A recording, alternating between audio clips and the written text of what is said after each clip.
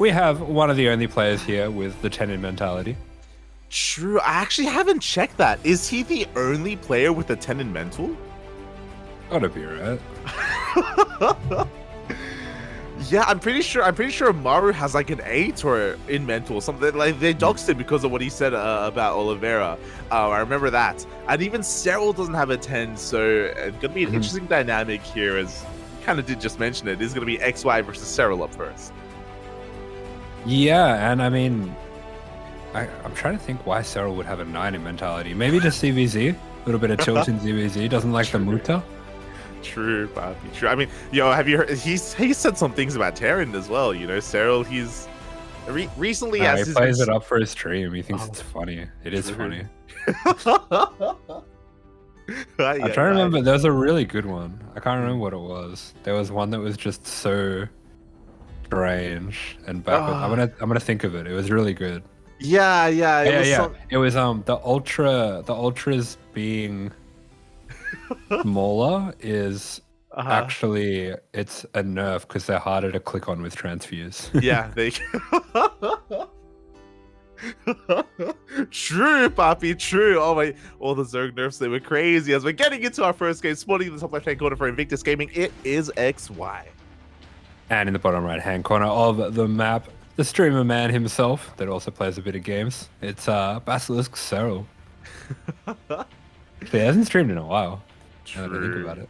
It's been, you know, maybe he's just been a little bit busy preparing for ESL Masters. To be fair, it is around the corner as well, but it is great to see him here once again. One of the few S tier players we have in the league, and he's going up against the man of the mental himself, and he's actually going for a pool first. Oh my god. Oh. Yeah, it definitely makes a little bit of sense on Near Humanity. I think it's just safety, puppy. Oh, you're becoming a Zerg player. he just has to survive. Are you feeling okay? I think it was last week where I said he's going pool first. It's just a safety pool, and you're like, "Mate, you're an animal." Yeah. I would have said that this time too if you said it. I said it. So it's different. True, but yeah. You know, it's when you do something, it's fine, but with someone else, no. Man, when someone else does it, they're an ape. Yeah, suddenly they need to cut back on the donuts. You know, it's like, mate, calm down. You're full of sugar. You're not thinking clearly. Yeah. No, as we're getting into this, of course, and as we get into our first day of World Team League, we have a nice dash of the sponsors here. We've got Doyu, we've got Hypergriff, we've got TGI Fridays, Taiju, and Rio de Janeiro. Without all these people, without all these countries, World Team League, it wouldn't be a thing. Wouldn't be a thing. Yeah, definitely appreciate that. Both for World Team League and for the Kung Fu Cups as well, which have been fantastic. Probably some of the most populated tournaments that we're getting, including DreamHack. You're not wrong, Bob. You're not wrong. I still have yet to order KFC for a Kung Fu Cup. I need to. I it's not gonna go well, but I do need to do it at some point. Yeah, you have to time it. You can't eat it too early in the cast. Yeah. I'm not even joking. I think if I ate KFC with more than an hour of casting left, I wouldn't make it through. What does that mean? What happens, Bobby? I don't know. I just die when I have KFC. Like, I get the meat sweats. I'm like, I feel like I'm feverish. I just have to like lie down or something. I just have to sit there. I can't even do anything. I just have to sit there until it ends. It's a bit much. You need to sit there until your body like digests and it you know, it handles what just happened. You know, the intense amount of chicken that just entered your body. It's I don't know if it's the salt or what, but I feel like I'm hungover when I've just had KFC. It's a very like specific kind of food coma. You know, like food coma is very general, but there's like a KFC coma that comes out, and I agree. We talk about it all the time where like KFC, like in the beginning it's like it's good, but very quickly like you regret it. It's like, oh, like what have I done? Yeah, I usually regret it during, which I think just means that I'm getting older. But we need to set that up. One of these days you need to cast a Kung Fu Cup as well. We can both like experience the KFC together. I'll have a popcorn chicken. That's all I'm having. I'm serious. I'll what are you on about, man? It's so bad. I'm putting you on blast. Recently, today, you're like, mate, I just had like a whole box of donuts. Yeah. But for the KFC, for the Kung Fu Cup, I can only handle a popcorn chicken, mate. That's it. Hey, if you want me to have 5 donuts for KFC, I'll do that. They get like I'll have some 5 candies, donuts and a couple chips. Get like a bucket, get like a 10-piece or something. No, that's way too many pieces. I'll get 3. I'll get Wicked Wings. They're good. They are good. They are good. Oh god. I'm just thinking about the chicken. Nah, doesn't do it for me. Okay, you say that now. As we are getting into this, and as we were kind of talking about, it was a pool first opening here from Serral, but nothing too crazy. Actually, he wasn't really committing to any kind of early game aggression. Is transitioning out into a relatively standard setup, at least from the Zerg side of things. Yes, and XY is going for one of my favorite builds to go for with the 3cc. It's the innovation build. He gets a cloakless Banshee, and that means he's going to have faster tanks. So instead of your usual 2 tank timing that's around 7 minutes, you're going to have a 3 tank timing that's a little bit earlier than that. Ooh, but before that happens, the first Banshee is going to be going down without getting too much damage whatsoever. Nice moves out of Serral. A bit of an overextension out of XY. Yeah, it's not going to bother him. He's got the mindset to take that kind of thing. In fact, what he's doing there is he's just giving Serral a false sense of security because he knows that Serral's mindset's only a 9, so he's going to get distracted. I think it's an 8, isn't it?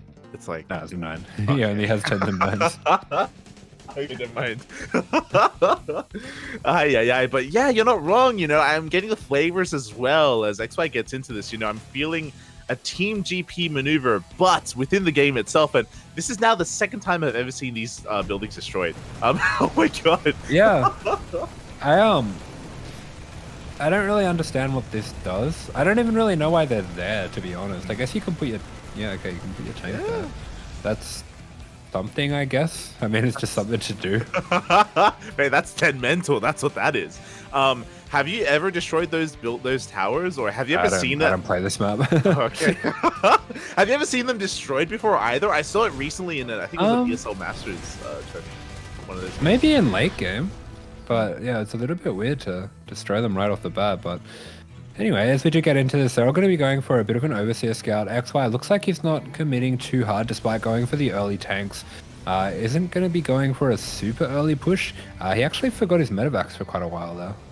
Yeah, without them, he can't really be too active either. We can see him knocking down the rocks in the middle of the map as well. It looks like he may just have gone for those faster tanks to maybe even turtle as well. I don't know if he's really showing too many signs of aggression right now. And likewise, as Serral recognizes this, he himself is joining up quite nicely. Why are those rocks damaged? That's a good question. Wait, was there something under it? Is that a glitch? I have no idea. I've never seen that before. I think it's a glitch. Okay. Why? What was different about those rocks going down that it's already at half HP? I don't know. Maybe this map is just begging to be taken out of its misery.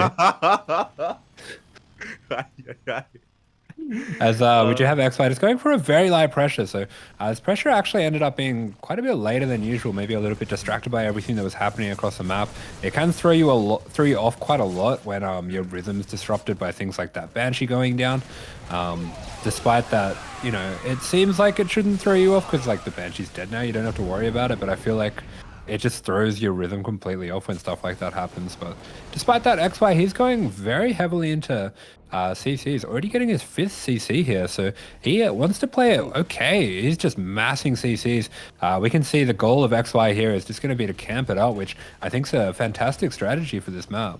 Yeah, exactly. We talk about it all the time, but it is quite a choky map as well. So XY is going to be looking to take advantage of that, looking to try and slow the game down and cut the map in half. Meanwhile, Serral is kind of already there. Look at the drone count. He's already up to 94 workers. He's got his hive on the way to 2, soon to be 3 as well. And I'm curious to see how he handles the late game on Near Humanity. Does he intend to kind of do what we've seen before and try and take some of those, or some of XY's bases even? Or is he going to go for a different strategy instead? Yeah, XY or TY? It feels like I'm watching Bit of an old school game here. We've got both players on 93 workers, which is pretty mental. XY already racing on ahead with his factory transition. So this is something that we've been seeing a lot in matchups like ZVP, where we see both players just kind of agree to both go to late game, and they're both cutting crazy corners to get there. But it's very strange to see it in ZVT. Oh my god. He put it there. Yeah. Oh my, he did put it there, but no, the medevac is gonna get sniped in the end. Oh. Serral looked more frustrated with that than XY did. Feels bad, man.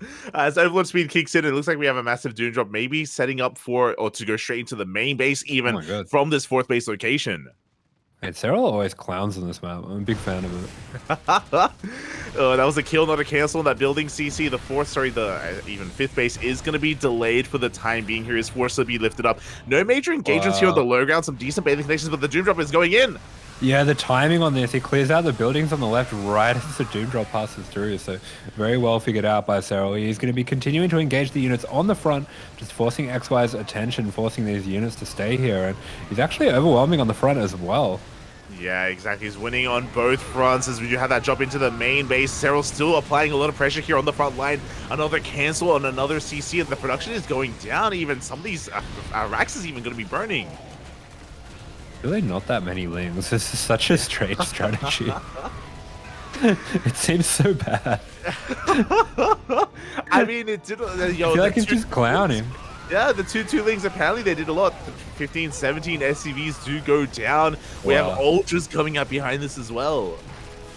Yeah, we have 2 Raxes going down at the front, and Serral just creating chaos, forcing XY to split his units all over the map. And XY, he was trying to get himself to his turtle position, but it feels like Serral hit just before he was fully secured, and now Serral looks like he's just going to be running away with it.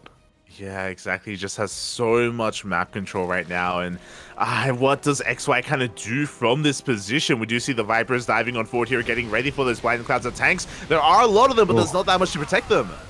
Yeah, all 3 tanks are bunched together there, so very nice blinding cloud coming out from Serral. Looks like Serral does have to back off now, and he's going to be losing just one of these ultras as a result. Oh, no, he doesn't lose it. Oh, the ultra, it just barely does escape in time. We'll get out of there, but he killed the bases. He killed a decent amount of workers as well, and a lot of those tanks.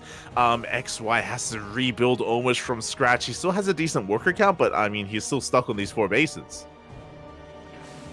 And the drops are going to be continuing, for better or worse. Is this how you would like? This is how you should play it when you play Zerg, Poppy. No, I don't like it. Why not? This is Abe Zerg. It's just overcomplicating things. You don't need to do this. You're like, mate, if I'm going to be playing Zerg, I'm just going to be A moving and making myself a cup of tea. Like, mate, you just need an A move, Poppy. What are you doing? Yeah, I'm just like, I want to relax when I play some Zerg. I don't want to have to be doing the things that other races have to do. That's crazy. You're an animal, Poppy. You're an animal. Here we go. Once again, the ultras and the bathings rolling forward here on the front lines. Blinding clouds once again beautifully cover those tanks. The tanks will survive, but I can't say too much about everything else. Yeah, the 3 tanks just behind that mineral wall are going to be going down. The Ultra's doing a good amount of damage. Not the most efficient trades for Serral, but they definitely don't have to be at this point. He has XY just down so far on bases. He's taken out pretty much all of these extra CCs that XY was hoping to use to buff his economy. XY also dropping down from 90 to only around 60 SCVs. So despite keeping up all throughout that early rush to late game, XY never really got there. I mean, as soon as both players were on parity, Serral just overtook immediately once he started attacking. Yeah, like XY, he got his economy there in a way. Like, if you remember, once again, he has that tank in a really juicy position. I love it. Squeezed, tucked away in those rocks. But he got his worker count in a really nice place. If you remember, he had like 93 workers. He had a lot of CCs, but he was never able to max out with his army, and he was never able to actually make use of that worker count. He was never able to establish a 5th or a 6th base even. Serral was just all over him. Yeah, and Serral just looking to finish off the job, and now he's going to be rolling on through with this mass baneling with the ultras as well. There is just nowhere left to run. One of the problems here with this map is the for Terran it's just not that far to run once the Banes start rolling in, and this was a dominating performance from Serral. Yeah, there's not that far to kite either as the Bailey's rolling forward. GG gets called. a tough order to take there. So yeah, XY wasn't quite able to pull it off on Near Humanity, and if you can't do it on Near Humanity, I have a hard time believing you can do it on some of these other maps. I expect to be seeing something a little bit different. As spawning in the top right hand corner of Royal Blood, we have for Invictus Gaming XY. And in the bottom left-hand corner of the map for Basilisk, this is Serral.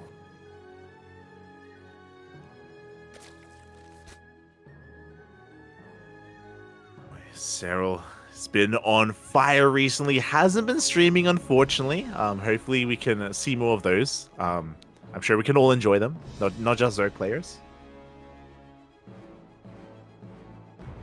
Yeah, I feel like everyone rocks up for the Serral streams. It's kind of crazy. There's just a few players like that. There's Serral, Reynor. I think Clem's stream the other day was a bit like that as well. They just kind of rock up, chuck their stream on for the first time in 5 months, and everyone just files in.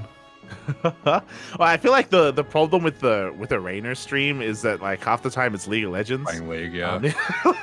That's the problem with that one. Like I don't know, I'm not too sold on it. But for the others, I agree. I definitely agree.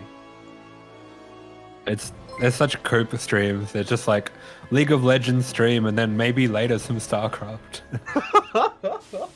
I'll always remember he was streaming his Kung Fu Cup run, and I think Reynor, he died like in the second round to Classic, and then right after that, I quickly checked his stream, and he just loaded up League of Legends immediately. Yeah. I mean, to be fair, most of the other players when they're losing Kung Fu Cup just turn the stream off. It's true. It's very true.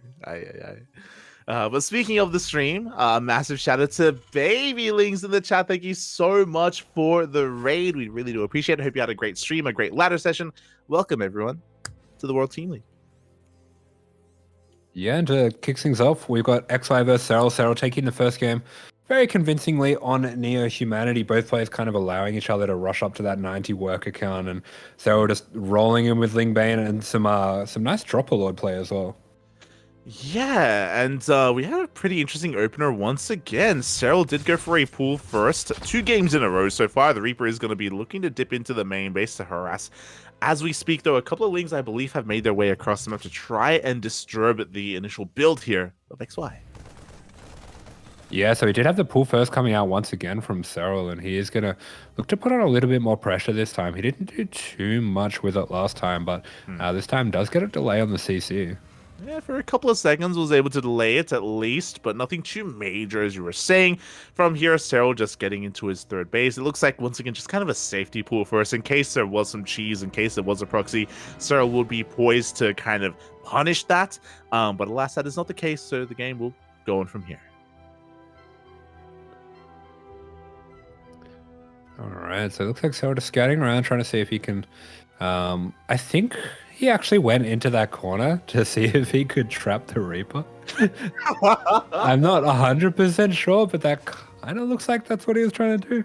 Has he done that on stream before? Has he tried to do no, something I've like never that? seen that, but I just realized that I can't think of why else he would do it. Okay, I'll back you up on that one. He was trying to style on XY a little bit. As we can see, XY is going for once again a pretty similar opener as game one. He is going for that third CC before Starport. So quite an economic opener here from our lovely Terran player. Meanwhile, Serral is down a Roach War. Yeah, and this might have been what XY was worried about in that first game. Just going for that early safety Banshee and then just rushing up straight into a more standard play. And he is going to be doing it again, so there's that mindset on display. You know, it was good the first time, didn't quite work out, but we're not going to allow ourselves to get mind gamed. Exactly. He's not going to just bend to the will of his Zerg opponent just because he lost game one. He's too good for that, you know, and that's what I love and appreciate. And oh my god, he cancels Cloak and he goes to the add-on swap. He does actually cancel that Banshee. Oh, he canceled the Banshee? Oh, that's a disaster. Oh. I don't see what that achieves at all. The Banshee was late already. I feel like XY is just not really himself today. That's not the first time we've seen him make a very odd decision. And there already were some mistakes in this build order, and there were some mistakes in the build order last game as well. So an interesting choice here from XY. We'll see if again, what he's able to accomplish it with it. As you were saying, you know, just because he opts not to go for those Banshees, that means that like his eventual transition is going to be delayed. I mean, Serral is in the dark, and I think ideally for XY, Serral throws down some spores and gets ready for the Banshees, but I don't think he's quite done that, or I don't think he's like overreacting or anything like that. Yeah, I don't think so. I don't know. This is just such a weird position, and I'm just, yeah, very surprised by the way that XY is playing. Serral himself just, you know, doing his usual thing, having pretty absurd creep spread. We do expect almost a perfect early game from Serral these days, and oh, okay, we are going to be having, okay. I thought we were going to be seeing Burrow, but he very swiftly cancels it and goes instead for 1-1. So I think he is going to be, instead of going for anything fancy, just looking to deal one swift blow. Yeah, and this is going to be really dangerous for XY because he doesn't have any Banshees. He doesn't have any easy way to initially scout that a 1-1 timing is coming his way. I don't think he's even seen the Roach Warren, to be fair. He hasn't really checked that area of the map in quite some time, so this could catch him really unawares, really off guard. Yeah, for sure. He's going to have a very early timing, though. We can see one of the benefits that he does reap for skipping that Banshee altogether is he does have the extra gas to start these medevacs extremely early, so he is going to be able to push out with this a good 30 seconds faster than you normally would here. Yeah, he can push out, but Serral's already working on an army. He's got 7 Overlords, or a couple of them finishing up as we speak, so he can just keep on working on nothing but Roaches and Lings, and even though XY can maybe move out a little bit faster, there is going to be an army waiting for it. Yeah, I mean, this kind of move out is just not going to be very effective against Roaches, and everything that Serral's doing here is pointing towards the idea that he might just be going for a 3-base ritual win. Yeah, exactly. Should be cutting workers here. We've got 69 drones for Serral. Nice, you love to see it. The ideal number here for these big timing attacks, and before that happens, XY, he's being active with his job, he's clearing up whatever creep he can. He has spotted at least some of these Roaches. Oh, this isn't a timing, mate. 69 drones. That's not even 70. He's just trying to survive. He's macroing. Bob, music to my ears. When did you become sane, Poppy? What's going on? What changed, Asher? As we do see, so I'll try to break on in here, but this tank positioning from XY is fantastic here. XY actually going to be going for a 8 racks, quite interestingly. I feel like this should be good for at least holding the 1-1 Roach push, but it does make things a little bit difficult later on because you're not likely to get too much done with this on the counter. Yeah, we'll see, because Serral is already here. He's already across the map. One tank did go down earlier. Another one will get bowed down as well. Ooh, we are one. Oh, there we go. So let's say one bow short, but the tank does end up falling, and this is a dangerous position here for these racks, as we are getting into 8 racks, but these are very exposed. This is a very exposed production line. 7 racks. 6 racks. 6 racks all in. We do see XY moving on with those tanks as well. The tanks have been really beautifully positioned this whole game, and it's the one thing that stopped Serral from just completely rolling over XY. But yeah, Serral going to be pushing through here. XY actually taking some very good trades here, and yeah, Serral being denied quite effectively. Yeah, those are some beautiful tank shots going off from XY. Great positioning, as you were saying, and this will force Serral to back off to drone up. 2-2 is on the way. Infestation bit to get into Hive Tech, and we are droning. We are taking additional gases. Yeah, that's right. And it looks like XY is starting to transition as well. Going to be throwing down an extra factory just to help get that tank count up. And he is pretty heavily supply blocked as well, or was about to be. Thankfully, he's able to break out of that for the time being. Meanwhile, the Roaches and Ravagers rotate over to the right-hand side. The tanks are not in position, Poppy.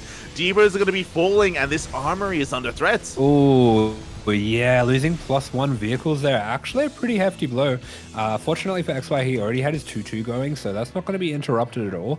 But yeah, that's a little bit unfortunate. And yeah, I was thinking in that previous game that it's a very strange place that he puts his armory. I can understand wanting to finish the wall, but especially if you're going to be playing tank styles, the plus attack on your tanks does actually matter a little. Yeah, we can see it punished here in game number 2 for it being denied, for it being sniped down. XY is pushing through the center of the map, has a decent army, don't get us wrong, but Infestors have hit the field, and we do have a couple of energies, we do have a couple of Fungals banked up here for Serral as he goes for a massive counterattack as XY pushes out. Yeah, with the Infestors back at home, Serral can now send half of his army across the map. He doesn't need as much if XY is going to be pushing onto creep. So makes a lot of sense the decision he's making here, and he's getting so much damage for it. Oh my god, the entire middle line's going to be going down. The boys, they turn around to fight the Roaches, and they can't take that fight. The Roaches, they get on top of the tanks as well. There's not enough to protect them, and XY, he is forced to give it to his push. Yeah, he is, and that's exactly what Serral wants. These infestors, they just love when units are committing deep onto creep, and they're going to be having a wonderful time cleaning that up as, yeah, XY just trying to find a way to position his way through with these tanks, but he's on the he's on the clock now. He's got a timer. We've all been there, you know. XY, he needs to push in deep, but Serral, he wants it, Papi. That's what he's waiting for, and here we go. 26 workers go down. XY is fully all in at this point. Has a decent tank spread, and he is taking things slow. Oh. Yeah, he is, but Serral can just keep doing this. I mean, he's got the infestors back at home. As long as he is, you know, slowing this push down, and as long as he still has that threat, if XY ever rushes things, he can just send little groups out like this. Exactly, and XY is slowly getting grounded. It looks like he's going to be able to get a hatchery, but as he gets a hatchery, he loses another mineral line. And once again, these tanks are going to be going down. Such expensive losses here from XY. And when it comes to his main bio push, he can't really commit just because of those infestors, just because of the threat of the fungals. Yeah, all 3 tanks go down. 4 tanks go down. Serral getting a huge amount of damage. He's just completely denying mining at this third, while that main and natural probably pretty close to mining out. And oh, lurkers are on the field as well. Looks like Serral already researching range, so that just means XY is going to have that much more of a hard time pushing in. He does catch them a little unsieged, but you know, they're not really siege units, so there's no such thing. Oh. And there we go. The fungals do connect. The biles also bring down the tanks as well. And some good hold position control from XY, but he cannot push in because of the lunkers, Papi. What do you do? Yeah, he does actually take quite a lot of damage there, but Serral as well, having those queens beautifully arranged at the top of his main, denying any potential pickup into that main, where XY could have maybe cut off Serral from his own ramp. Serral's just, he's one step ahead, really. He really is, and I mean, he's not just, he's a couple of steps ahead at this point, as Serral has maxed out here. His base count is looking perfectly fine. XY is transitioning into some Liberator production, which will help out, but there just aren't enough of them. XY, he's just so far behind at this point. He's going to try and lay siege upon this army, but we have Biles. Yeah, the Biles going to be taking out those libs pretty much as they siege. We do have this one surviving a little bit longer, but I mean, once again, as we saw in that last game, Serral doesn't need to take good trades. He just needs to take trades at all, and that was just fantastically done by Serral. GG, well played. Serral will take game number 2 and the series 2-0 in a, again, pretty dominant fashion. Was able to show off some pretty solid game 1 play, rushing into the hive tech, getting into those ultras with some drop lords for some flair, and here in game 2, rushing out with the 1-1 roach timing, or even just macro opener, as you put it. Yeah, I will say the 1-1 Rich timing didn't actually go that well for him. Yeah. I think we saw probably the best moment XY could have had there after he cleaned that up and started going for that counterattack. But, I mean, Serral just played it so brilliantly from there. That was just a really well-controlled game.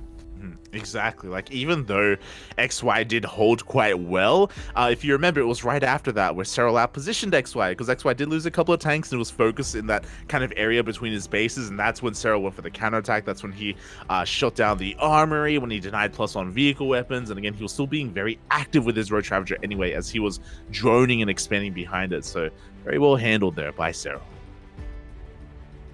Yeah, that's right. So GG. And next up, we're going to be having BreakingGG versus Reynor. Ooh, BreakingGG is going to be going up against the League of Legends player himself in a ZVZ. This is going to be an interesting one because clearly we have a favorite, of course, but it's a ZVZ, Papi. You know, I want to believe in the BreakingGG at least a little bit. Just a little bit. Yeah, we have seen Reynor upset a couple times in ZVZ recently, most notably by Reynor. Yeah. Oh my god. I remember that. I forgot about that, Papi. Oh my god. When the League of Legends player got taken out by an Age of Empires player. True, Papi, true. AoE 4 greater than League of Legends. Confirmed, Papi, confirmed. That brings me back. For those who maybe weren't watching in the last season of WTL, or I said last season, it was in the qualifiers of WTL. Reynor was hired and brought on as a mercenary, and sorry, it wasn't the qualifiers, it was the playoff bracket, right? Yeah. Really? They played Reynor in the playoffs? Yeah, because he was contracted by Team GP. Because remember, Team GP, they lost like their roster except for Cham, so they brought on a bunch of players for the playoff bracket, and they just like brought on Reynor for that one day. And that was when Reynor 12 pulled Reynor because he's like, maybe he doesn't play StarCraft. I'll be fine. I'll clown on him, and then he skill checked and he got clowned on. Exactly. Could that happen again? Yeah, it could. I mean, BreakingGG, he is one that normally goes for a bit more aggressive builds. So I think Reynor, there's enough material there for him to have done his research and know that. I don't think he would go for a 12 pull just because it's pretty risky that he would run into like a gas pull or a pull first. Yeah, 100%. I think it would not be the wisest of choices for Reynor to be hyper aggressive in this series.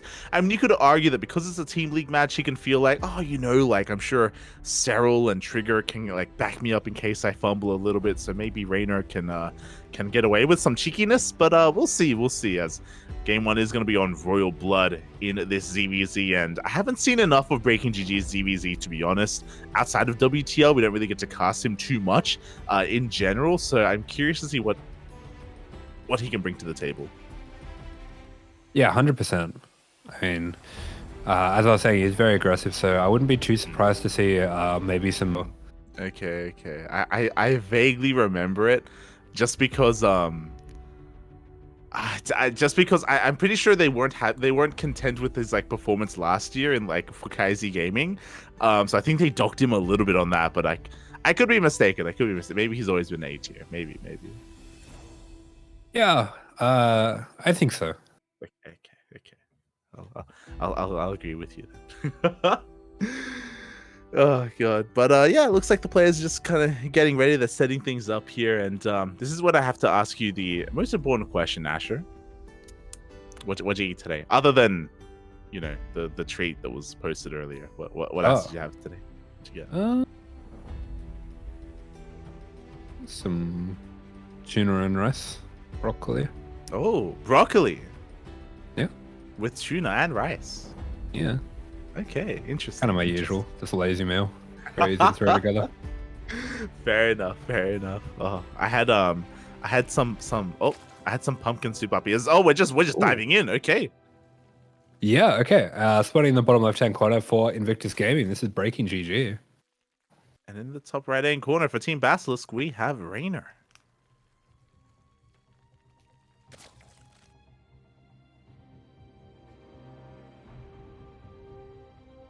Hey, I ordered a snack pack, kebab snack pack, like at I want to say noon. I ordered it at noon, and it didn't arrive until like 3 p.m.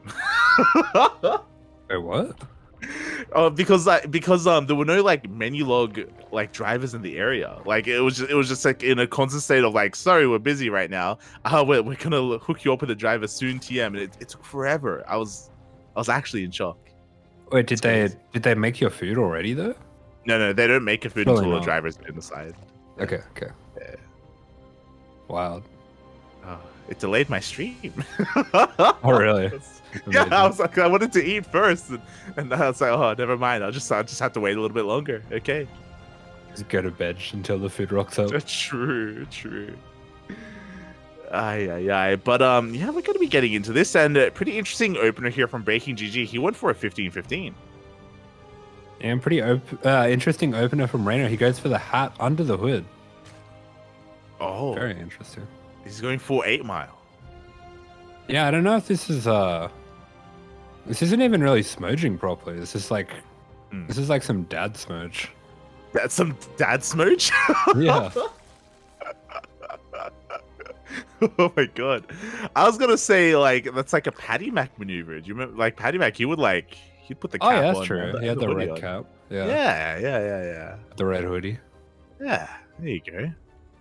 Okay, maybe it's just trying to channel a little bit of that, but okay, as advertised, BreakingGG gonna be going for a bit of a Ling flood, pulling up Lings here, and that was a little bit of a gamble as well, but it paid off here, where he just kind of ranged his Lings in a very normal way, as if he's not hiding anything, which I think was really cool.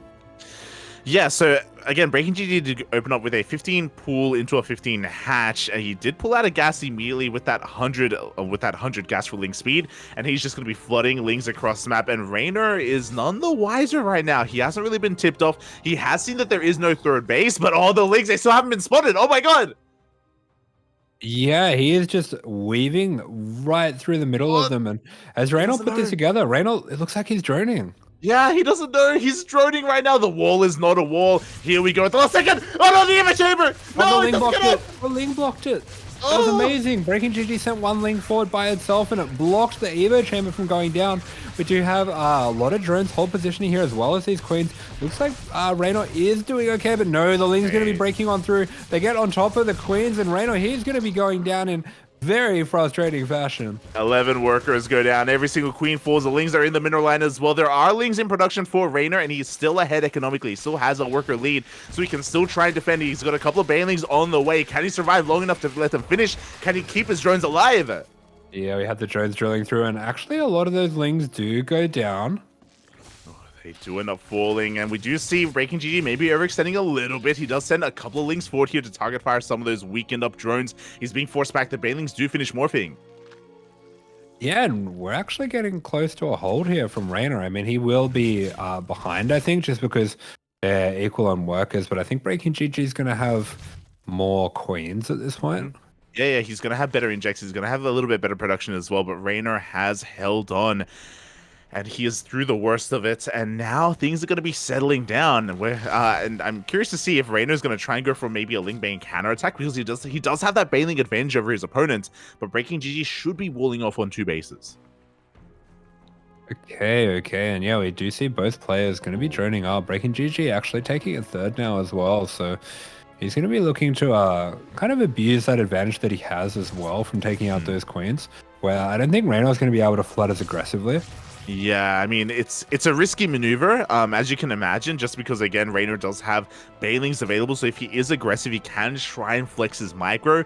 But as you were pointing out, I'm sure Reynor is just focusing on droning for the time being. He can't really muster up too much of an army, and yeah, BreakingGG is going to be able to get away with it. Yeah, okay, Reynor's going to be finishing his wall off, so with that, I think he's finally safe here. He is safe and sound on 2 bases, and now he's got a couple of options. You can try and go into Roach play. You can try and rush into Mutas, which is also a really risky move. Regardless, like Reynor, he has limited options available just because he is stuck on 2 bases. Yeah, for sure. As we see BreakingGG finally getting that Bane nest down, and we do have the Roach Warren coming up now for Reynor as well. Yeah, we have a couple of Lings being set up from BreakingGG. He's looking to try and scout any kind of additional tech from his opponents. Gases are being taken as we speak. Reynor already halfway done with his Roach Warren. BreakingGG, upon seeing this, he can either throw down a Roach Warren of his own, or if he wants to, he can try and tech up even further and maybe even go into something else. Wait, okay. Hear me out. Okay. What if you had a cooking show hosted by BreakingGG, where he has to cook, but at the APM that he plays StarCraft at, so he just has to cook like giga fast. Like he's just throwing all the ingredients everywhere, and we call it BakingGG.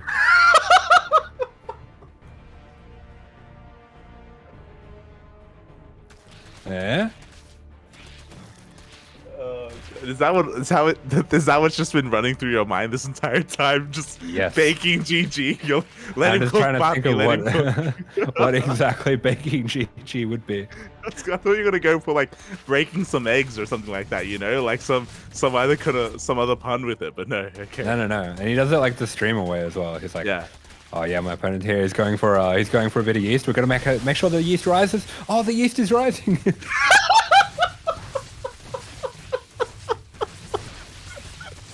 Well, as the yeast rises, we do see Reynor going for a bit of a counterattack, but alas, he doesn't really find too much damage. He does focus on some of those drones. 4 drones do go down.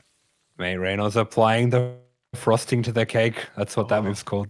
The glazing, Papi. He's No. We're not going down that. We're not going down that road. Oh, he's filling it up with cream, Papi. He's. This is why we can't have nice things. Glazing doesn't have to be bad, you know. It's fine, you know. It's the finishing touches, you know. 2 consenting adults. It's the tip. Yeah. As BreakingGG is going to be scouting in with these things. And it looks like we have a relatively even game state, actually. So, I mean, props to Reynor for finding himself here, but props to BreakingGG for, you know, hanging with one of the best right now. Yeah, exactly. Like, he wasn't able to fully, like, capitalize on his faster third base, alas. Just because of the Link Bane aggression from Reynor, he was able to do enough damage to kind of equalize things in a way. But I love this out of BreakingGG. He is cutting workers. He is stopping at 57. Nidus is on the way. He's going to be making nothing but roaches, and every drone from here on forward for Reynor is going to be hurting him if he doesn't recognize that his opponent has stopped droning. I love that, like, 20 roaches and 1 baneling, and the 2 lings are running through, and they're like, "Get down, Mr. President." Look, they're just serving their country, Bobby. They're serving their country. Aye. Oh, God. Why do we have a president that explodes on contact? There he is. He's just really excited, Bobby. He gets really excited. He's passionate about his job. Oh, my God.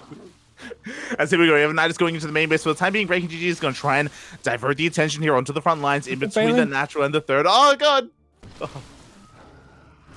So brave. Look at him just running in there. He's safe, Bob. He's safe. He's surrounded by these big, meaty roaches.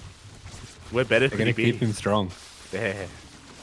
Let's go. As a couple of roaches do trickle into the main base, but not too many, to be honest. So BreakingGG hasn't really been able to pull apart his opponent. Meanwhile, they're moving us off. No. Oh. Joe Biden. He fell over. Why is the bailing Joe Biden? Why? It's the president. Aye. Oh, but yeah, it feels like BreakingGG has been a little bit too wasteful here with his army, just throwing away too many roaches here on the front lines. He lost a lot in the main base as well, and Reynor is turning the tables. Yeah, Reynor just taking some better trades here, and it looks like that Nidus was just a little bit too fancy. I mean, in the end, BreakingGG didn't actually do that much with it. I kind of feel like Serral's Overlord drop should have been a Nidus, and BreakingGG's Nidus should have been an Overlord drop. You're not wrong, Puff. You're not wrong. As again, the Nidus only chipped away at some of the drones, didn't really get too much economic damage. You do see Reynor overextending a little bit himself, so he will lose a good chunk of his own roaches as well. As BreakingGG is still trying to catch up in those upgrades as well. He's still only on +1 range, and Reynor, he's looking to push through. Yeah, BreakingGG took a great fight there and tied up the supplies for just a moment. But as you were saying, Reynor, he does have some other advantages, namely that +2 attack. Looks like BreakingGG going to be going for a fast reinforce here, but really not that many roaches coming out.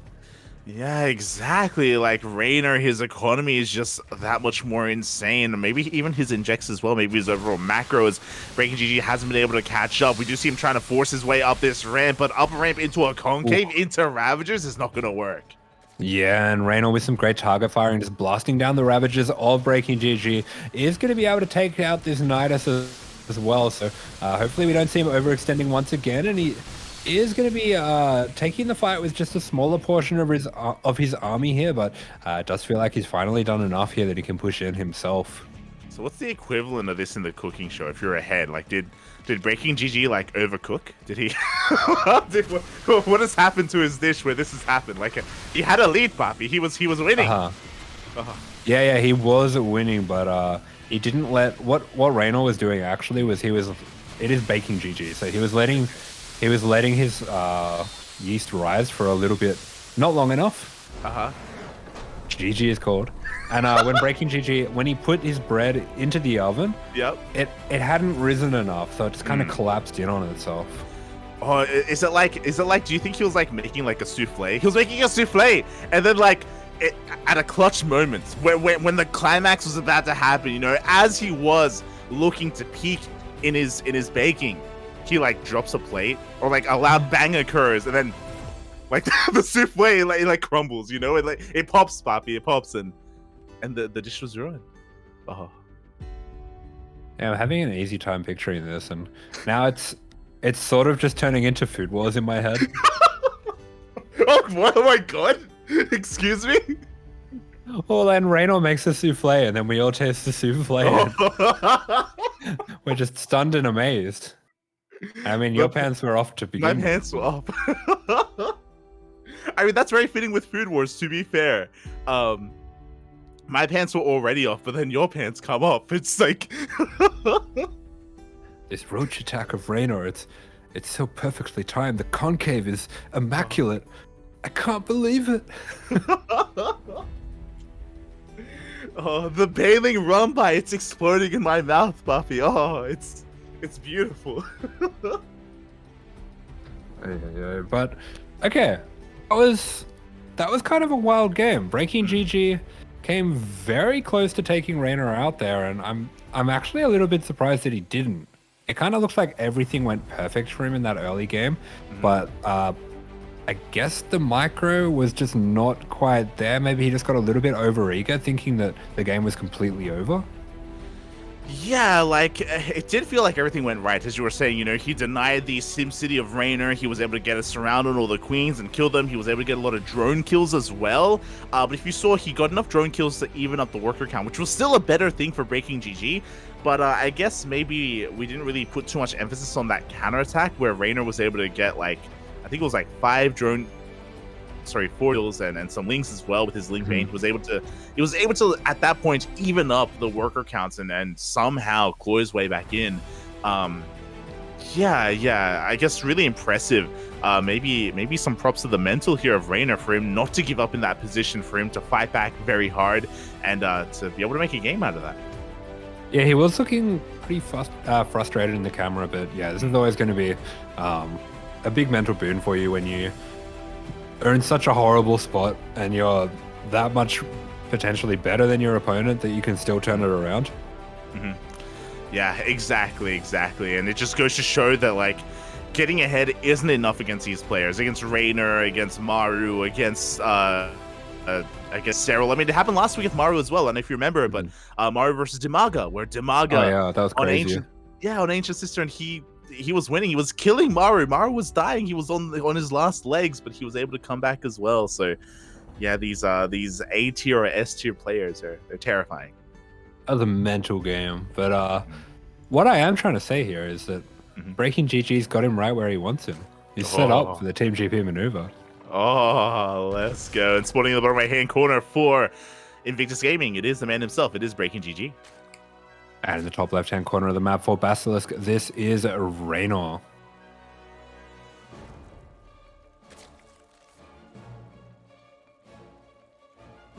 I'll be honest, I'm trying to remember Food Wars episodes to, like, make some correlations where I can. But I'm just picturing people eating and their clothes, like, flying off. I was gonna say, normally you're looking for innuendo, so if you're looking for food related things instead, I think that's an improvement. Oh, I've already got the innuendos, Poppy. I'm trying to make them fit. Like, I'm already there. I'm just working backwards. I just wanted to make sense. I already know what the secret ingredient is, Poppy. I need more than that, Poppy. How do we get it? Where are we going? Oh. Yeah, it's all right. We're gonna be What's what? No, nothing. Never mind. What's going on? Let's get into this, Poppy. All right, we're gonna be on Babylon. We have a natural ramp, so it's a little bit more defensible. You have to be worried about things like running up ramps into Banes and stuff like that. We are seeing as well. Looks like I think Reynor went for a pull first and BreakingGG went for hatch first. Is that right? Yeah. Yeah, he did. As we already see Queens and Lings on the way here for Reynor, so a safer start here. Oh, sorry, the other way around, actually. Safer start from BreakingGG, as he is going to be moving out with his Lings. I believe it was a 15 pull once again from BreakingGG. So, yeah, we'll see what he can get done with that. Yeah. Are you sure? I think he just went for a hatch first because his queens are at the same time. Okay, it was the other way around. Okay. Yeah. The colors confused me. yeah. I think they switched colors in between the games. Okay. They wanted to walk a mile in each other's shoes. What's the phrase? They wanted to step on each other's toes. No. They wanted to jump over the candlestick, yeah. It's the To Kill a Mockingbird thing. Yeah. Like if you wanna understand a man, you got to walk a mile in his shoes. Yeah. They're in the courthouse. You know, they're have to cook for the judge. They have to cook for the judge. As BreakingGG is actually rushing into a very fast lair here off of 2 bases. Yeah, okay. This is more of what I expect from BreakingGG. I feel like we've seen this a lot in a lot of different matchups. He is starting up his +1 range. This can be a fake out sometimes, right? Yeah, it definitely can be, depending on how many gases are taken. For the time being, we only have 3 gases, though. Ling is going to be denied entry into the natural base. We haven't taken the 4th gas, guys, for BreakingGG, but we do spot that the lair has been seen by Reynor. Yeah, Reynor going to be spotting a finished lair. Does go for this hatch anyway, and oh, there we go. Hero Drone going to be taking down the Ling. So, yeah, I guess Reynor knew that, knew the math there a little bit better. Yeah, exactly. Was able to win out on that. Meanwhile, the roaches are already underway here for BreakingGG. I'm really curious as to what the lair is going to be for, though. So I assumed that this would be for fast roach speed, but we could even go for an Itis, and there it is. Oh, okay. So we saw the potential of it in that first game, but in the end, only 1 or 2 roaches dribbled out just to get a little bit of drone damage.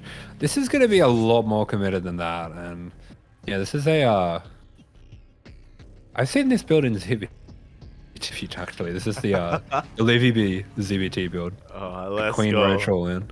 Let's go, Poppy. Let's go. I don't really know how many queens we do have with this, but the Overlord is making its way in towards the main base. 4 set nice. We also have an Overlord outside the natural as well. The options are endless here for BreakingGG, and he does go for it right outside the natural. Interesting. Reynor just spots that out. Oh my god, that's so unfortunate. Roaches are on the way for Reynor. Immediately, additional queens are on the way, and he's getting in position. This Nidus is not going to finish or nothing. Oh no! Oh, the queens come out! Oh, the transfuses are going to be going down, and that's it's just enough to keep enough units alive to push back Reynor. We do have a little bit of a move command coming out from BreakingGG. The Queen's not quite there in time to help, so Reynor is going to be taking a better fight. We see some very nice pullback micro from Reynor as well, and Reynor has to slap this down right where it stands. BreakingGG committing a little bit too much to that side, and we'll be losing a lot of those units, but he is starting to break through in the natural bit. Oh man, such a quick drone pull from Reynor, and Reynor is just holding this with ease, honestly. Yeah, exactly. The reinforcements are going to be more than enough. BreakingGG came in with a broken army with only half of what he needed, and it was not enough to break the defenses of Reynor. The Nidus gets swatted away. Kind of half expecting that Overlord to hop down into the Nidus. Not really sure how that would work out, but man, Reynor, he is all over this. Once again, this Nidus, despite being so far away, is spotted out by Reynor, and that means that he's going to be stopping these queens from getting away. Like the Nidus actually reaches out and grabs the Overlord and pulls it back down. Be an upgrade where it's like the vacuum cleaner Nidus, where it just kind of charges up and slurps it up. Yeah. And the Overlord just out of the sky. What if it worked the other way around? That is, I should talk to Stormgate. That's the one thing that I want in Stormgate. What do you units that make the thump sound? I've noticed that I've said this a few times now. Yeah. I just want things that whoop, like a suction cup. Why? Why do you want that in StarCraft? Satisfying. Oh.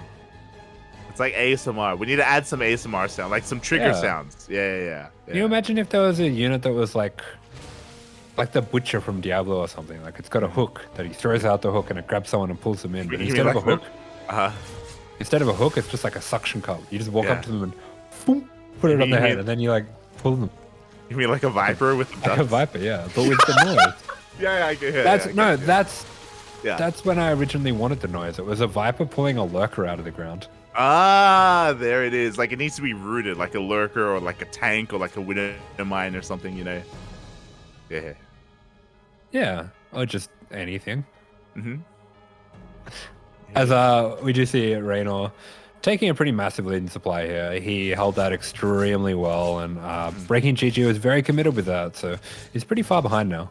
Yeah, again, it was very unfortunate for BreakingGG to actually like methodically kind of pick and choose his Nidus location, but alas, he did roll the dice and it landed incorrectly. You know, Reynor did actually have vision in that area where the Nidus was thrown down, and that was everything essentially because BreakingGG did commit to that first Nidus, did attempt to pull everything out, and he was only able to get half the job done with that. Only half out, Poppy, not fully out. So it's gonna be a rough road to recovery here for BreakingGG. He's trying to get us wrong. He's getting his throw base up and running. He's trying to saturate it as we speak, but it is gonna be quite an uphill battle. Yeah, it certainly is, and to Reynor's credit as well, he hasn't gotten too carried away with the droning. He has kept himself a really healthy standing army, and that means he's really not in any danger of this +2 army from BreakingGG. Yeah, we do see BreakingGG trying to catch Reynor out of position. He does get one queen almost for free, as he looks like, he's actually going to be turning around. He's going to commit to the fight. Yeah, and Reynor just has an absurd amount of units here. He does eat 1 or 2 biles to the face, but there's just too much here for Reynor. BreakingGG committing to that fight might have been a little bit of a mistake because, yeah, there we go. There's just nothing that can stop this wave of roaches crashing through. GG, well played. Reynor will take the series 2-0, but both games, I'm very happy to see BreakingGG coming in with a plan, coming in and executing them relatively well. And there are worlds where maybe that would have been enough. You know, game 1 was so close here in game 2. Imagine if Reynor hadn't seen the Nidus. Imagine if it had gone up unscouted, you know? Like, I'm at least happy that BreakingGG was prepared for the series. Yeah, BreakingGG, he came here to cook, and cook he did. He might have tripped and fallen and dropped all his food on the ground at the finish line, but you know, he had a good recipe. He followed all the steps the right way, and it was looking good. We could see the finished product coming together. So yeah, it was the execution, or maybe the final presentation, that was lacking a little bit in the end. And sometimes that's all it is, you know, in these big cook-offs, in these I was said, like, what's it called? What do you remember in Food Wars? What's it called? What? Oh no, I thought you were gonna talk about the. Have you ever watched the What's the British one? The British Bake Off. The British Bake Off, yeah, something like that, yeah. Yeah. No, I haven't seen it. I saw a bit of it. I was really excited for it. I thought it was going to be amazing, and it was just like a very normal baking show. And it was really boring. Did you expect them to take their clothes off like Food Wars? And you're like, what's going on right now? It had Noel Fielding. I thought it would be funny, and he's just kind of old now. Oh, smooch. I was trying to think of what's the term that they use in Food Wars when they duel each other. There's like a. It's like a. Oh, I'm really not that into it. Okay, Shogeki. That's it. Shogeki. Okay. There you go. It's like when they throw. It's like when they like take off their gloves and like slap each other across the face, and they challenge each other to a duel. Yeah.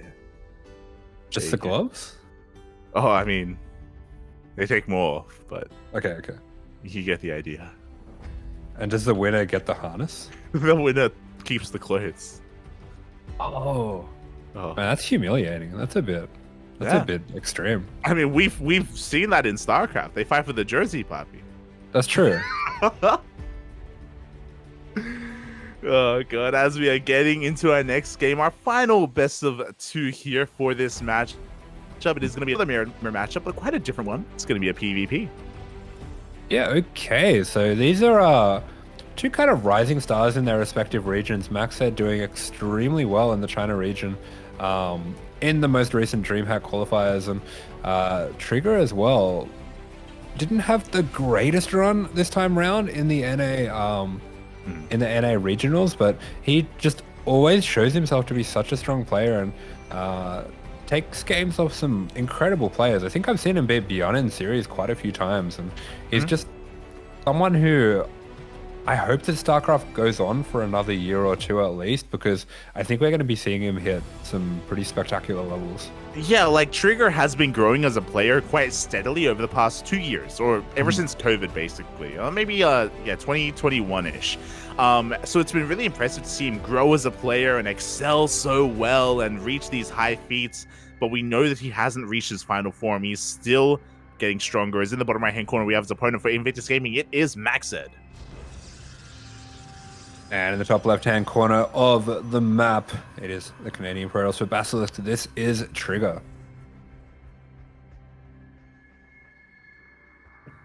And it was merely a couple of weeks ago as well. You were talking about how Trigger has been on fire recently. We were lucky enough to cast ESL Open Cup Americas. I believe it was last week, where Trigger had the run of his life. This may be what you were talking about. Merely a week ago, we had Trigger 2-0 Gumiho and 2-0 Bjorn to make it to the grand finals of ESL Open Cup America. It's crazy. That certainly sounds like an unwinnable matchup for the Protoss. You were just praising Trigger, Papi.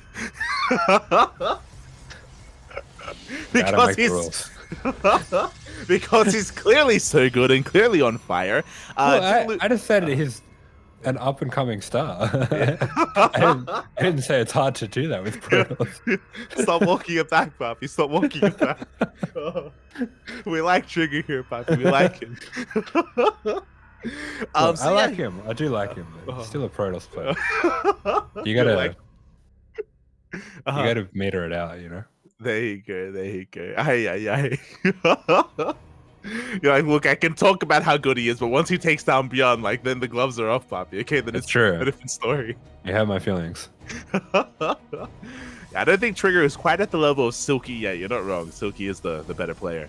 As better race too. Aye. Got him. He's not Terran. What are you talking about? As we're getting into this, and as you were saying, you know, even though Trigger, he's still looking to improve, and he didn't have the most amazing performance at ESL Masters NA, he's still a terrifying opponent here, and I wonder what MacSed can bring to the table, as he is going to be delaying his Nexus. He's going for quite some faster tech. Trigger, that is. Yeah, Trigger going to be opening up with the Twilight Council. MacSed, on the other hand, going for Stalker Sentry, which is a lot more standard here. This tends to be your most defensive opener here.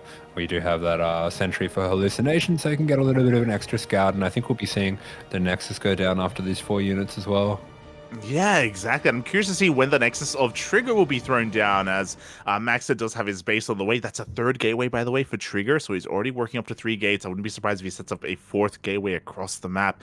We'll see how aggressive Trigger does want to be as Blink has started.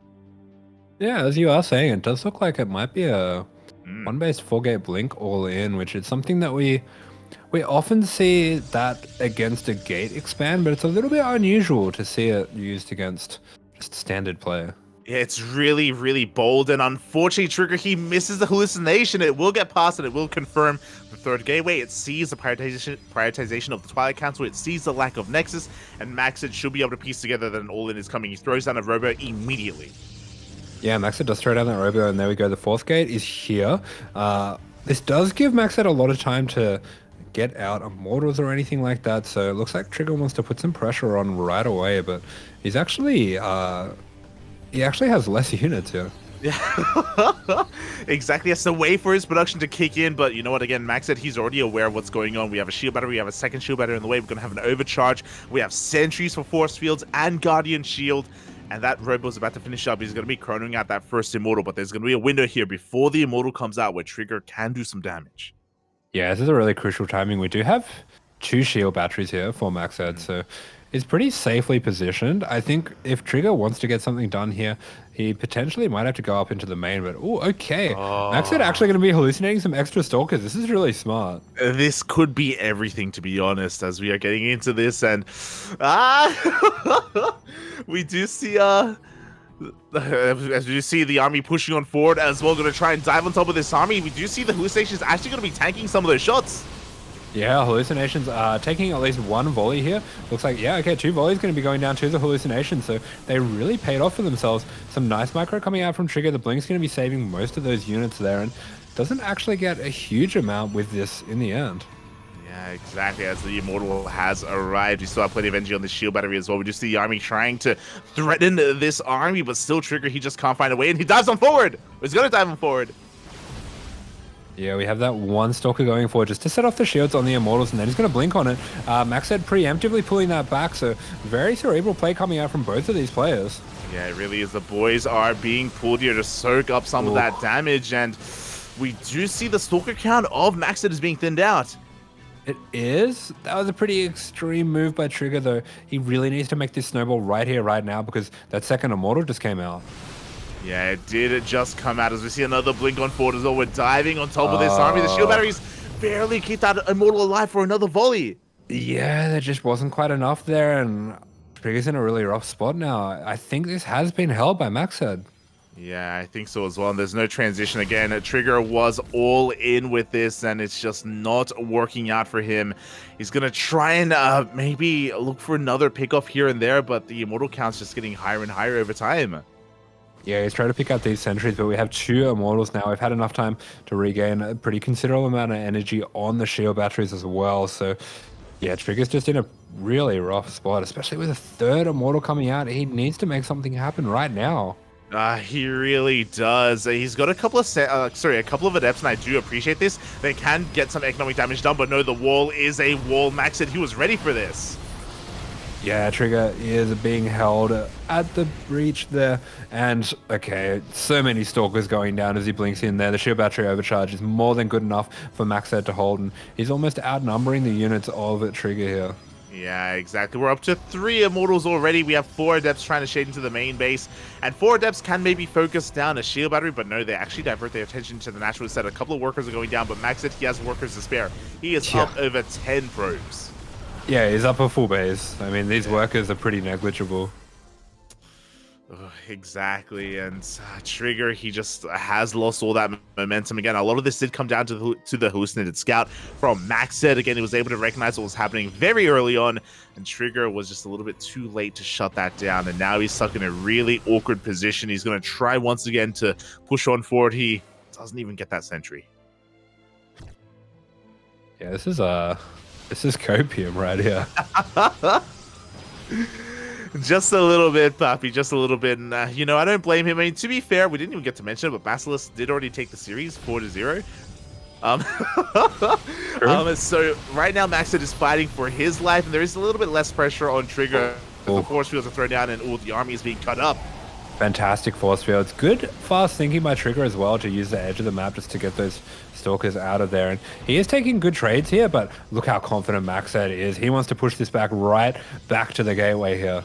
Yeah, exactly. He's just going to be waiting for another wave of units. He has Blink on the way behind this. He's got another 2 gates as well to be able to keep up and match the production of Trigger. And once that production kicks in, MacSed will be able to overwhelm Trigger here. He still maybe has a window where he can maybe try and pull something off. He does trigger the shields on one of those Immortals. Oh. See what I did there? This is super over. Not exactly sure what the plan is. I guess if we get enough Stalkers, we can start getting up into the region where we're hurting these Immortals through the shield. But against 3 Immortals, these Stalkers are just going to melt. They really are, and they have been as well. You know, like, there's a very slim chance here for Trigger to somehow make this work. There's a world where maybe MacSed leaves some of his army unattended, and maybe he moves forward with only a portion, and he isn't quite paying attention. You mentioned it earlier. I wouldn't have been opposed to maybe Trigger trying to blink into the main instead and try to find damage elsewhere, but alas, his main focus has been at the natural. Yeah, and now we have a prism going across the map that's going to warp in DTs, and that will just be... I mean, Trigger will just leave as soon as he sees them. Yeah, it's quite a way to end it. A stylish way. I assumed that maybe MacSed would be waiting to build up an army and push out across the map, but no, he's going to end things with the Invisible Man instead. As the Dark Shrine is done, Prism is out, and MacSed should be making his way into the main base of Trigger. Yeah, there we go. The first couple GTs have been warped in. These harassing Adepts going to be taken down. Once again, they just do not get access to the main. MacSed's been fantastic with that, and looks like MacSed as well might have been looking for a natural there. I think he's probably thinking, you know, if you're staying in this game, you must have an extra base somewhere. Yeah, I was assuming that, and unfortunately there was nothing there for him to kill, but GG gets called, the DTs reveal themselves, and MacSed takes game 1. Powerful. He's got a pink NASA shirt. That's sick. Give me that. He's been to space. Maybe his shirt has been to the colored wash. I thought you were gonna say, do you think he beat an astronaut in a cook-off and he took his shirt? Yeah, that's probably it. Yeah. I think so, yeah. That makes sense. Yeah. MacSed, you know, he's not just a beast in game, he's a beast in the kitchen as well. He's also an astronaut. He's an astronaut, a chef, a StarCraft 2 player. Yeah. Probably a fireman. You clean your pool. I think I can confirm this. I have seen MacSed wear a lot of hats, wear a lot of different shirts, even take them off at times. A man of many faces. Very good at he's a plumber as well. Very good at clearing out pipes. You're an animal. I like how you try to like pull it off on me. Sometimes you're like, man, you know, like he's crazy, but he's always trying to find like a weird what way, do you mean? a weird angle. I'm just talking about, you know, jobs and MacSed. Is it chat catching up McSins? Let's go. You couldn't even finish that sentence. Yeah, I wasn't going anywhere. It's fine. It's okay. I'm not gonna say anything. It's for the best. I don't think you want to one-up that. Oh god. As we are going to be getting into game number 2, and already a really strong start here from MacSed. Of course, PvPs can be difficult to predict, but really strong showing so far. And oh boy, this is going to be Trigger's map of choice. He has to come in with a bit of a different plan, a bit of a different approach here to the game. Yeah, this is a ramp map that he's picked out, so I have a feeling that he's picked this out because he wants to go for a 1-gate expand, which is a bit of a specialty of his. There you go. I was gonna say, do you think MacSed is like just really good at his job or really bad? Wait, what do you? Well, like is he like really well versed enough to like land and actually, you know, be a plumber and like be like a pool boy and like be like a doctor and like a casting agent and like is your question, is Johnny Sins a real doctor? Or like, is he just struggling to like hold on to a job for like more than 20 minutes? Oh, yeah. I see what you're saying. Yeah. You know, think about it, right? Like, is he just like, you know, just a working guy, just trying to make his way through life? And he's just really bad at everything. Except for StarCraft. He went through all these different jobs and then he got to StarCraft, he settled on StarCraft, and he's like, I could, you know, I wouldn't go as far as to say make a living doing this, but, you know. Maybe I could see myself doing this. Yeah. And you know, it's this and it's the cooking as well, because again, clearly, true, you can cook better than astronauts.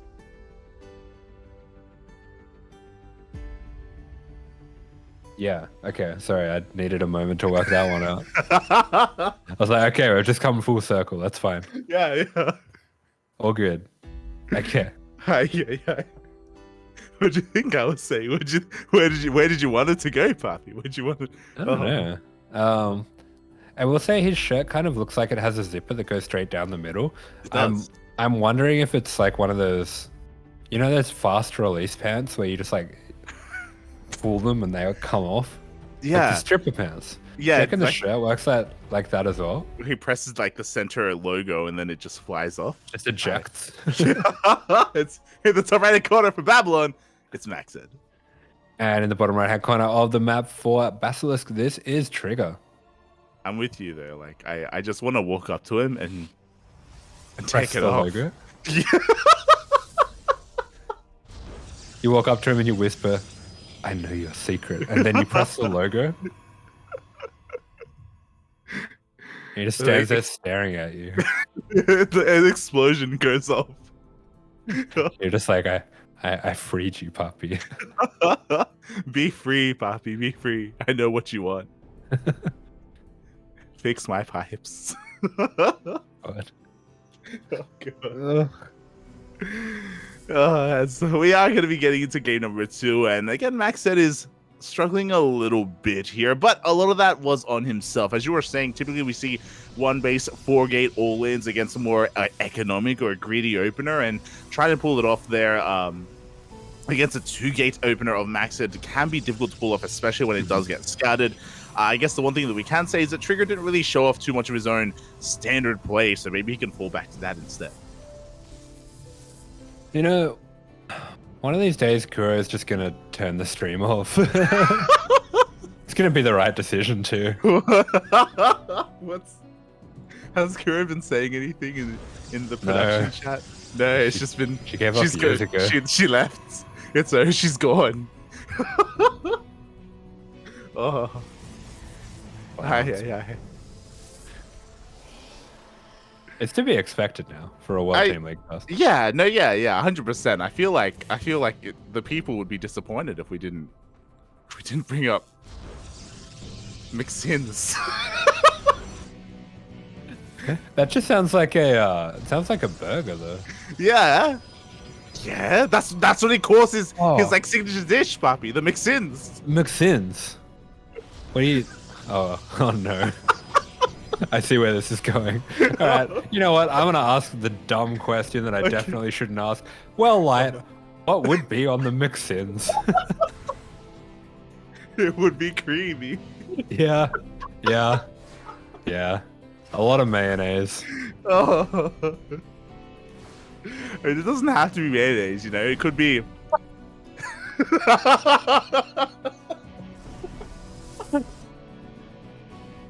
God. Oh no. Oh no. It'll be tasty though, Pa. Don't worry about it. Oh boy. Let's start getting into this, and we do have 2 Stargate openers going to be facing up here. MacSed, of course, did confirm the Stargate of Trigger, is aware of it, and we see as Trigger goes towards an Oracle, MacSed is working towards a Phoenix. Okay, so this is a bit of a rock paper scissors game that we sometimes see with Stargate vs Stargate, where if one player does, go for this Phoenix, it's kind of rock paper scissors end of the world. Because there's there's paper, there's scissors, or there's both of you going for Phoenix, and then you have Phoenix Wars, and that's the end of the world.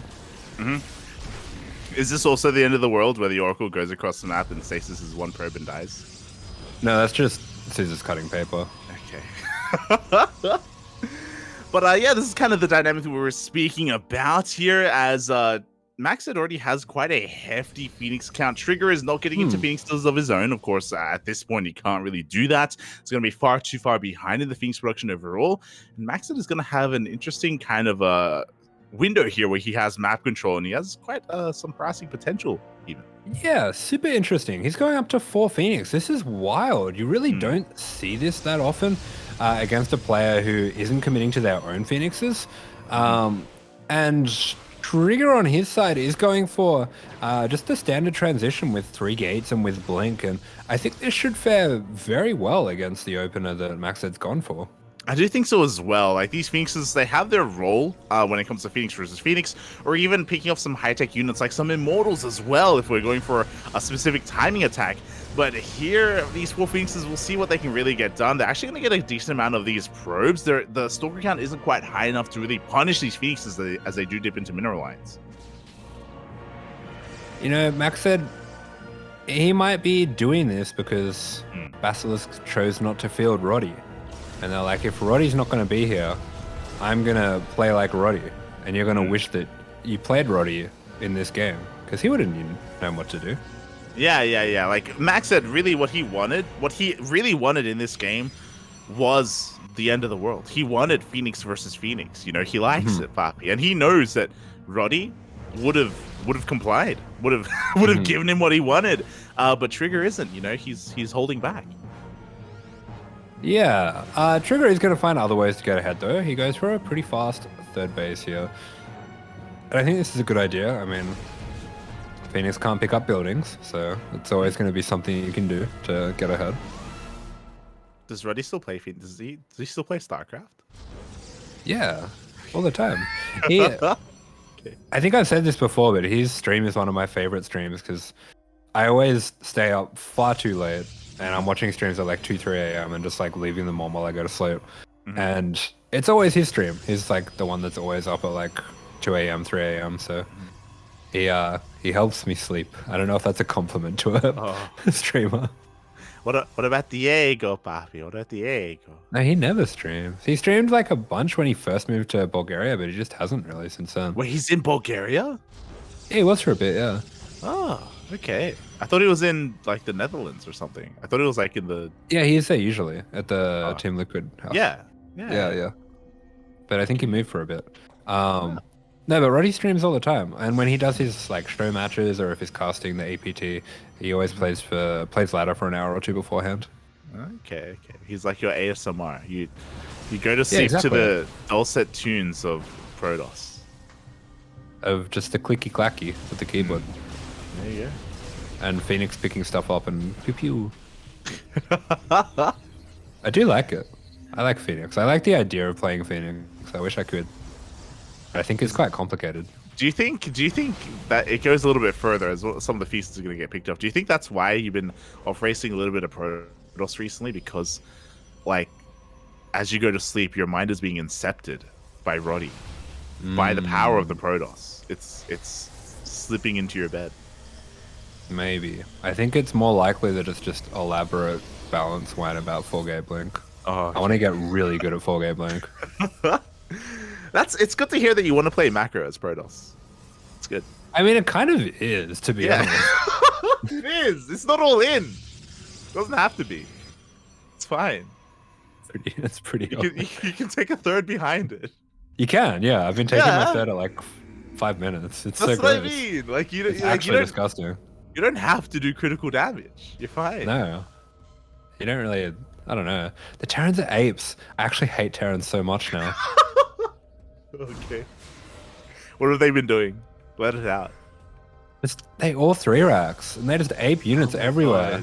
And the units are imba. They're so imba. It's not just in the Rice Cup. Apparently, it's just rampant everywhere. Marauders are broken. What are you talking about? Just go AK charge. That's all you gotta do. Just make zealots instead. Yeah, but then they just run at me. They don't care. They're animals. They're apes. They're actually apes. I think the problem is that you need to learn how to ape as Protoss. I think that's the real issue right now. Yeah, maybe.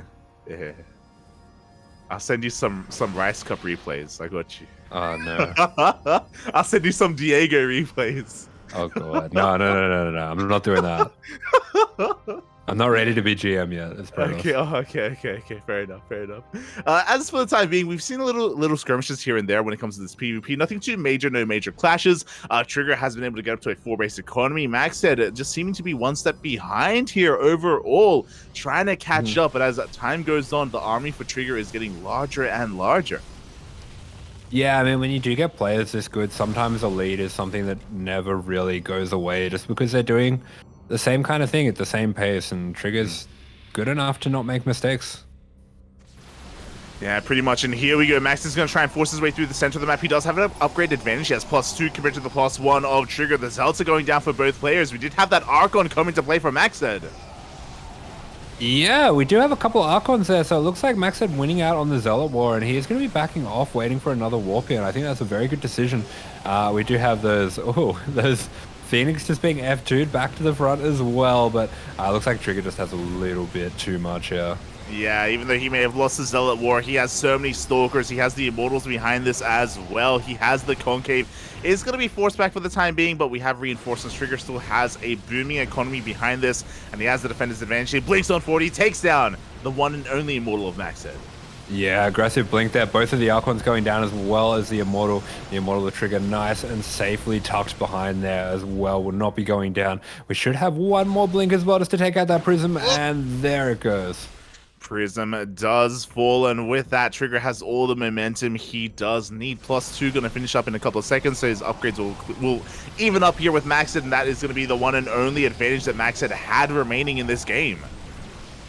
Yeah, that's right, and Trigger just looking to completely overrun him and bring Basilisk up to that 5-1 victory. Did not want to get too old and embarrassed by it. MacSed's there, and he will not be losing his shirt today. Oh, okay, MacSed, he's got another job planned behind this. Don't worry about it. He's busy tonight. As congratulations to Trigger for taking game number 2 and for redeeming himself after the failed all-in game number 1. A much more solid game out of Trigger. You're bringing it up before, but it was a little bit odd to see MacSed invest so heavily into this Phoenixes just because they are a big investment overall. And if we weren't getting into Phoenix Wars, they just don't really have too much value in the early to mid game or in the game period. And we saw that he was kind of struggling to make them worth their while. Yeah, 100%. And meanwhile, I mean,